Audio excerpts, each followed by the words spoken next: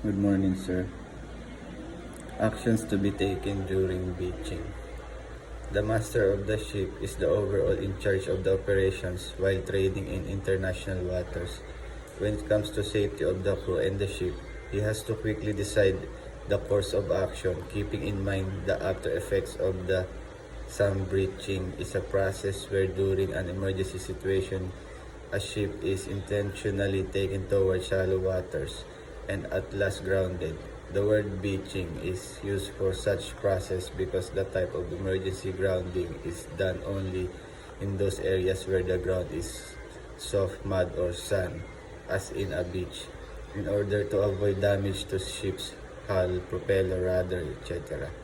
The three main reasons for which beaching of ship is done are to prevent loss of ship due to flooding when there is a major damage below the waterline of the ship, to refloat the ship when satisfactory repair has been done and watertight integrity is restored, and lastly, in order to hand it over to the scrapyard.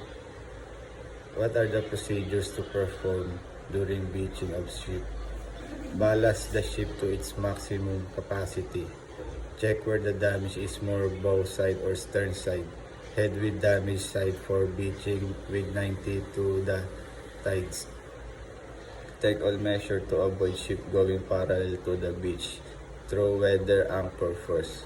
If approaching from astern due to stern damage, drop both the anchor at good distance so that they can resist the vessel and heaving when going water. Sounding of all tanks must be done before and after breaching. The term unintentional grounding in shipping describes the accidental impact of the ship on seabed or water side. However, grounding can also be intentional in order to land crew or cargo, beaching, or to conduct maintenance or repairs, careening. Intentional grounding demands very careful maneuvering and high navigational skills, as any misunderstanding or wrong decision may lead to unfavorable situation. Nevertheless, it is an intentional grounding that we must pay more attention, and operators should ensure that crew members are aware of the emergency actions that should be followed in such cases.